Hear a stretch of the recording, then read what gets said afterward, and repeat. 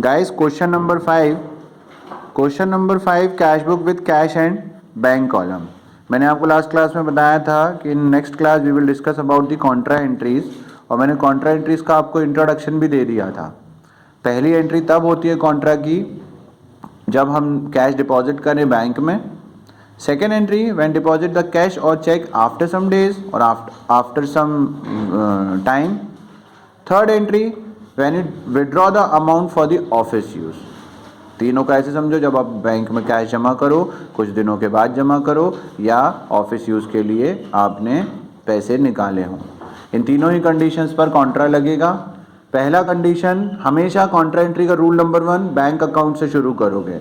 अगर पैसे जा रहे हैं तो बाय बैंक अकाउंट से, और अगर पैसे आ रहे हैं तो टू बैंक अकाउंट से। तो सबसे पहली एंट्री अगर हम यहाँ पे देखें तो कैश इन हैंड है 4000 का, मतलब कि आपके पास पैसे आए हैं पिछले साल के ब्रॉड डाउन होके, तो बैलेंस बीडी हो गया आपके पास से 4000 का। और बैंक ओडी है। बैंक ओडी मतलब आपने किसी को पैसे, आपने बैंक से ज़्यादा पैसे निकाल लिए हैं, so that will be considered as your responsibility और लाइबिलिटी। तो आपको पैसे ये मान के चलेंगे हम कि पैसे आपके यहाँ से गए हैं, बैंक ओडी आपकी लाइबिलिटी है, तो लॉस है। फिर वेजेस पेड है 4 जैन का, आपने पैसे पे करे तो 400 का आपने क्रेडिट में लिखा, यहाँ पर हम वो एंट्री करते हैं जिसमें पैसे जाते हैं। फिर कैश सेल्स, पैसे आपके पास आए हैं तो आपने कैश सेल्स में यहाँ पर सेल्स अकाउंट में लिख दिया 7000। परचेज गुड्स बाय चेक, आपने बाय चेक मतलब कि बैंक से पेमेंट करी है, खरीदा है सामान, तो आपके यहाँ पर परचेज अकाउंट 2000 आपके यहाँ से चेक से कम हो गया। परचेज फर्नीचर फॉर कैश, आपने कैश में फर्नीचर खरीदा है तो पैसे आपके पास से गए हैं। फर्नीचर अकाउंट रियल अकाउंट होता तो उसी नाम से लिखा जाता, तो फर्नीचर आपके पास बढ़ गया लेकिन कैश आपके पास से कम हो गया। फिर उसके बाद हम बात करते cash paid to Rohit. Rohit को आपने कैश पे कर दिया तो रोहित के पास पैसा आपके पास से गया, यहाँ पर पैसा चला गया। फिर बात करते डिपॉजिटेड इनटू बैंक। अब आ गया यहाँ पर कॉन्ट्रा, आपने कहाँ पर पैसे जमा करे, बैंक में पैसे जमा करे, तो हम ये मान के चलते हैं कि आपके पैसे कहाँ बढ़ गए, बैंक के पास चले गए। तो यहाँ पर क्या आएगा, बाय बैंक अकाउंट। इसकी ऑपोजिट एंट्री होती है क्योंकि कॉन्ट्रा लगा हुआ, बैंक का एंट्री कैश में लिखा जाएगा, तो बाय बैंक और इसकी एंट्री कैश में हुई। इसी के ऑपोजिट एंट्री आपको क्रेडिट में करना होगा। जैसे यहाँ पर बाय बैंक था और कैश में एंट्री थी, तो यहाँ पर कैश बाहर होगा और बैंक में उसी की एंट्री होगी, और ब्रैकेट LF लेजर फोलियो में आप उसको क्या लिख दोगे, कैश अकाउंट। इस एंट्री को, वीडियो को फिर से आप एक बार रिवर्स करके एक बार और इस चीज़ को सुन लीजिएगा।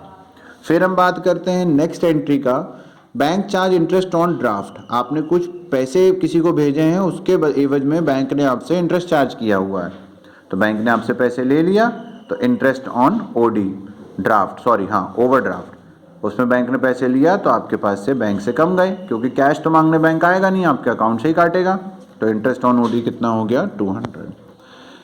फिर उसके बाद है paid telephone bill by cheque. Cheque से टेलीफोन बिल पे किया, पैसे गए आपके पास से, तो टेलीफोन एक्सपेंसेस हो गए यहाँ पर 600।